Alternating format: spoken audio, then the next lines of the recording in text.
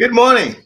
It is Saturday morning, and I hope everyone is having a wonderful, wonderful day. And welcome to this morning's broadcast. I'm Dr. Joe Blake, and we're here with the Actionable Financial Literacy Center, a Blake Media Company. And I know you're having a good start to this morning. And hey, I just wanted to let you know that we have some great things to share with you today. A reminder that we are having, one moment. We're having a book launch. It's coming next month, March 13th. That's book launch. I'm gonna have a book launch. I'm gonna actually have a open at the library here in Goodyear. Have some vittles there. I gotta announce the time. I gotta get the time situated for it's all there, so we can have some donuts, hop, when whoop de doo things, balloons there, just to welcome the new book that's coming out. It's such a great blessing to be able to have a book that comes out that's going to help more understanding and finance and financial literacy. This is going to be financial legacy. The second book in my installment, the Precious Metal trilogy that's coming, and hey, it's going to be a wonderful thing. Uh, Last week I was talking about my team. They didn't kind of quite make it, so bringing out the basketball season now. The Suns, my team, so hey, they're uh, starting where they're starting. So put my team here over there. Let you know how that's working out. And sports teams, man, it is what it is. I already did my crying, got my sackcloth and ashes, did all that there. Anyway, uh, so here we are. Today's lesson is called the 10 commitments. All right, 10 commitments of resources. So commitment of resources. These are the resources we're talking about here. So I want to use that word there. I want to call it the commitment of resources. Uh, this is more understandable in the sense at the same time you get it. All right. So let's start with the our keynote here. All right, begin here. That's the book. That's what's coming. The legacy. Okay, legacy is coming. All right, so here we go. This is lesson 5 for the year. All right, we start out with our legacy model. They had accidental financial wisdom. Wisdom is the correct application of knowledge, and there are the 5 points within the legacy model: stewardship, money basics, investing, borrowing, and protecting. Those are the staple items there. Inside, you want to make sure you have your actions, and knowledge, and your behaviors that you're looking at on a consistent basis. You're looking at those things, and that once you have those action, knowledge, and behaviors, and you're looking at them on a monthly, quarterly, semi-annual, annual basis, however you need to look at those, you're looking at that to change your actionable financial behaviors.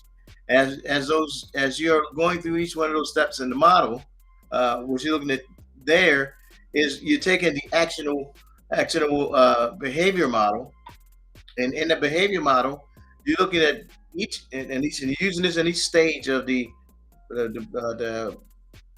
legacy model here. You're going into each stage, like say for example, you're going to economic stewardship. You're looking at the economic actions that you're producing. Are you producing right economic actions? And if those economic actions have the intended financial effect, if the first 2 questions are the results that you're getting, is anything monetary flawed about that? Looking for that. And if the first three questions is anything, do you have the confidence in those first 3 answers, that those answers, is anything unrealistic about those first 3 answers that you're receiving? Do you have the confidence that none of that's unrealistic? And then those first 4 answers, are you inspired that you can share that information and it can be recreated outside of where you've learned that information? So you're taking that shopping cart and going to each phase in their legacy model and identifying what's going on in your life. And then if those behaviors need to be adjusted, you adjust it, and then you'll be able to recreate it outside of where you learned it. You take this model, you can freeze it, print it out, make sure you follow, and be able to share with others at the same time. Okay. Now I do have classes that I'm putting within the app itself, the Actionable Financial Literacy app that you can get on Apple and also on Google Play. All right, let's keep going. All right, so actionable learning about informed in decisions. So actionable learning is more than just learning financial concepts or terminologies. Is you're looking to acquire practical skills and behaviors that help you make informed decisions and help you manage your finances more effectively. It's helping you achieve long-term financial success, and that's where you adopt specific skills and strategies that are proven over time. So this is recreating those lessons that you learn, and you're able to recreate because you're looking to detect and correct errors in your thinking. So that's what it's all about. Now, this lesson, as I mentioned, is the 10 commitment of resources. What in the world? 10, 10 commitment of resources. Not 10 commandments, 10 commitment of resources. Whoa. Okay. Let's keep rolling. All right. One, committing resources to achieve your future benefits is one way to grow your portfolio, your legacy portfolio. So how you commit these resources to achieve your future benefits. That's what this is about. All right. Provide profits and critical insights for strategies to build your growing your legacy. And we're looking at being able to withstand the test of time over time. So it's not overnight. It's not overnight thing. This is something that you put in place and it can roll, and it happens over time. So that's the overall objective of the process. Now, number one, introduce the legacy commitment resources. Oh, sorry about that. So, what is the definition of a legacy commitment? So, it generally, I'll give you the technical definition first, and then I'll let you kind of put it in street terms. It refers to a pre-existing condition, obligation, or a promise to or responsibility to an individual, organization, or an entity where they're inherited and where it's inherited from the past. It often implies a commitment made by predecessors that continue to have an impact or require attention in the present or the future. So you're determining what's going to happen with your resources today, tomorrow, and beyond. So you're creating that legacy that goes on. You're doing it now, so what's happening in the future. Now the Bible says that a man creates it, but it's gonna be lost in the next generation. Well, if you set it up now and you train your loved ones about it now, hopefully they'll take care of it in the future. If you don't, God will take care of that. But you train them now, they'll understand it. Your family will understand it. And that's the goal of creating that financial legacies, for them to have that understanding. Right? So that definition of it. So it's important for the long-term perspective. They know it's not just today, it's tomorrow. You can't buy too many, cars before too many houses before you can't live in them all. You can have one here and there. You can't stay there all the time. At some point, it's going to take you to go one place to another. You got to find your spot, plant your flag, want to hang out. And then there's risk and return. So this picture, it shows you the ocean right there, right? So there has to be a balance to your commitment. It has to be a balance to what you're trying to achieve. You got a boat that's on the ocean. You got to balance that thing. Because if you don't balance it the right way, it flips over, turns over, sinks. But even if you go out there swimming, there's a balance you got to have. You go out there water skiing, there's a balance you have to have.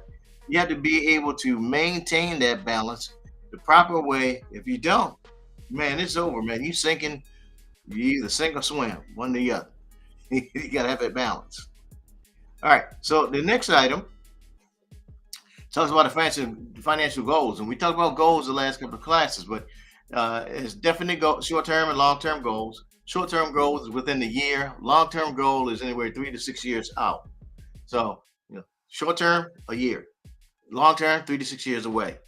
And so, when you put your resources together, you have to identify what you need now and what you're going to need in another 3 to 6 years or beyond.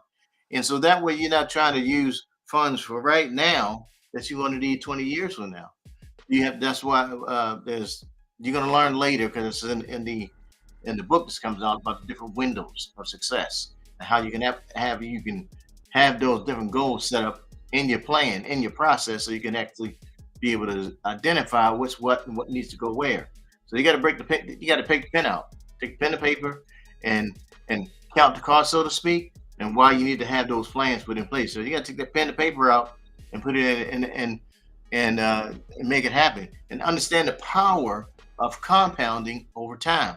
It's another principle that's in the book, and financial legacy. How to apply that principle and benefit from that principle as well, uh, and it helps you make up for lost time. Sometimes when you're 50 and you realize you should have started at committing your funds early. If you're 50, you should have been committing your funds when you were 20, and you had 50 and you ain't got jack, meaning zero. You need to do some hustling. I mean, you got to put more away. If you're 50 and you got some, you to a point you're okay, but you need to put some more. So you gotta start somewhere. You can't be 50 or 60 year olds and complaining about not having something when you were 20 you should have been putting it away and you didn't. You have no one to blame but yourself. It's not the system, it's not the government, it ain't your mama, your daddy, it's you. You were working, you could have put something away, but you didn't. Now, I ain't chastising you, I'm just letting you know, yeah, God gave you 60 years to put something aside, and you didn't do it. Anyway, let's keep rolling. All right. Next one's three, diversification. As important of assets, different cars and different lanes. You got a race going down the freeway. You got a car in each lane. You got a Mercedes in one lane. You got a Volkswagen Bug in one lane. You got a Ferrari in another lane. You got a Tesla in the other lane, like Teslas. But you got different cars, different lanes. So there's a race. One way or another, you're gonna win that race. But you got to build it up. You got to build your different classes. There's when it comes to achieving financial wealth, there's more than one way to get there, and you got to have a little bit of them all. Some people say, "Well, I'm gonna get there with real estate." Real estate is just one stick. You gotta have real estate. You gotta have stocks. You gotta have bonds. You have to have a little bit of them all to get to that wealthy place. Not just one thing. And sometimes that gets me. Sometimes people get into one area. I'm just gonna do all stocks. One area, I'm just gonna do all real estate. One area, I'm just gonna do all the. You need a little bit of them all. Not one way to get there. Need a little bit of them all. And the way the environment changes, the economic system changes, things like that change. So you have to change along with it. If you don't change along with the cycles of life or the cycles of the economic environment, you get left. Technology changes. When I was first going to college, it was like technology changed every 18 months. Now, I think technology changes every 6 to 8 months, something like that. So you gotta be with it, or you will get left. Okay. Next item: research and due diligence. You got to be if you haven't got used to a computer, you're out there. I mean, computers are here, and they ain't going nowhere. They're starting to get things now that are automated. You can search things in a heartbeat. You got to watch the information you're getting, though, but sometimes you get things that don't give you the full scan, full gamut of anything. But you got to watch it. And there's some things that don't come out the right way. You got to look at the financial health of some of the companies that are out there. Make sure you're getting uh, their financial reports. See how long they've been in business. How long because mainly if companies have been in business for more than 10 to 15 years, well, more than 10 years, more than about 10 to 15 years, because you got to know whether or not they can weather the storm. And normally in a 10-year period of time, they've been through at least an up or down in the economy, and whether or not they've weathered that storm, you want to be able to see that. And you want to stay informed about market trends and different economic indicators, because different economic indicators mean something. Uh, Unemployment is an economic indicator. The housing market is like another economic uh, indicator, and each one have its own purpose, uh, response to it, and you being attuned to that will help you understand what the economy is going, uh, why your funds are going up, or why this market is doing that, and you have an eye for it. Now, do you have to be able to quote and understand and be able to? No, you just got to have a feel for what the economy is doing, what it's not doing, so you can have that understanding in your heart of what needs to be done, and have your own and get a financial advisor to assist you. And all professionals, like basketball players, football players, they have coaches that help them. Mike, like there was a big saying that Michael Jordan, when he was the man, he still had a coach. And it's not that the coach is going to go out there and play basketball. Coach, look, see what he's doing. Hey, pointed out some of the things he needs to change or correct so he can make himself better. Same thing, financial coach can help you look at some things, change some things to help you get better financially. So having a financial coach helps it out, and staying informed is another thing for yourself as well to help you stay financially tuned to get to that wealthy place you want to get to as well. The next item: sustainability and responsibility, resource commitment. So you want to, one of the big things that are coming up in the future about committing your resources, sustainable companies. So sustainable companies are that's a thing that's not really a thing, but it's one of the up and coming type entities you want to be involved in. So when you integrate environmental, social, and governance factors into your commitment of your resources, um, it's something good now that's happening. So you want to back companies that have that commitment to themselves, because we want to, the Bible says, go forward, be fruitful, and multiply and replenish the earth.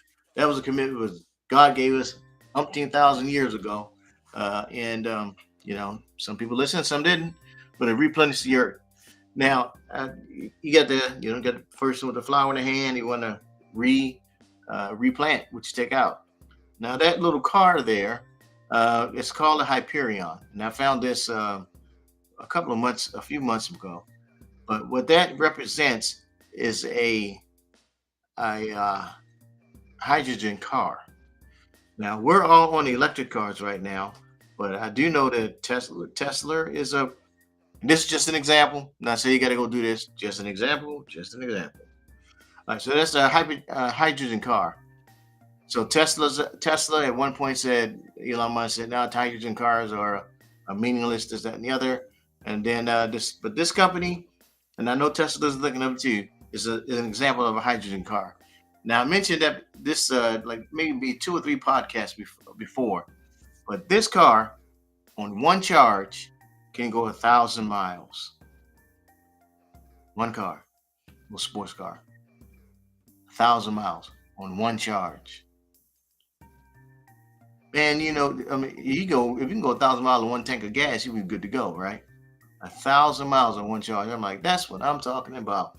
Man, you get a tank of gas, you can go 1,000 miles. Man, you can drive. Well, I'm retired, so I don't go very far. So I can go a couple of weeks, man, without worrying about putting gas in the ride.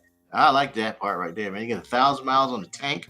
That means I can drive up to Vegas and back, and hey, I'm good, Because once you get to Vegas, you ain't driving around. Man, you're gonna walk in, and we did have different conferences up there. So one charge, 1,000 miles, you own it. Guess how long it takes to recharge that bad boy. How long? How long do you think it takes to recharge it once you 1,000 miles? How long? Huh. 5 minutes. 5 minutes to recharge that. 5 minutes and 1,000 miles. 5 minutes to recharge it, and you can drive that bad boy 1,000 miles after 5 minutes. Oh man, that is a no-brainer. That man is a no-brainer, and that is a sustainable uh, vehicle, and that's what's coming. That's what's coming. I put my name on the list already. They ain't got no price on it, so it's kind of scary. It may cost a lot, but I'll see. But that's how I am, man. I'm like an early adopter for everything. They tell me the price is out the sky. I have to say, Lord, I thank you for this car. Just drop me the funds, the wherewithal. How did you do this? Get this? Because 5 minutes for 1,000 miles, I'm taking that bad boy. But anyway, it's just an example of how you entrusting funds and being able to get into it. It does no emissions, none. You just and it kicks out water. Just water gets out, man. You still water in the ground, all that good stuff. So anyway, all right. So those are five. I meant to tell you, it's 10 commitments. We only went through five today. Five. So I mean, next week I got five more to go over.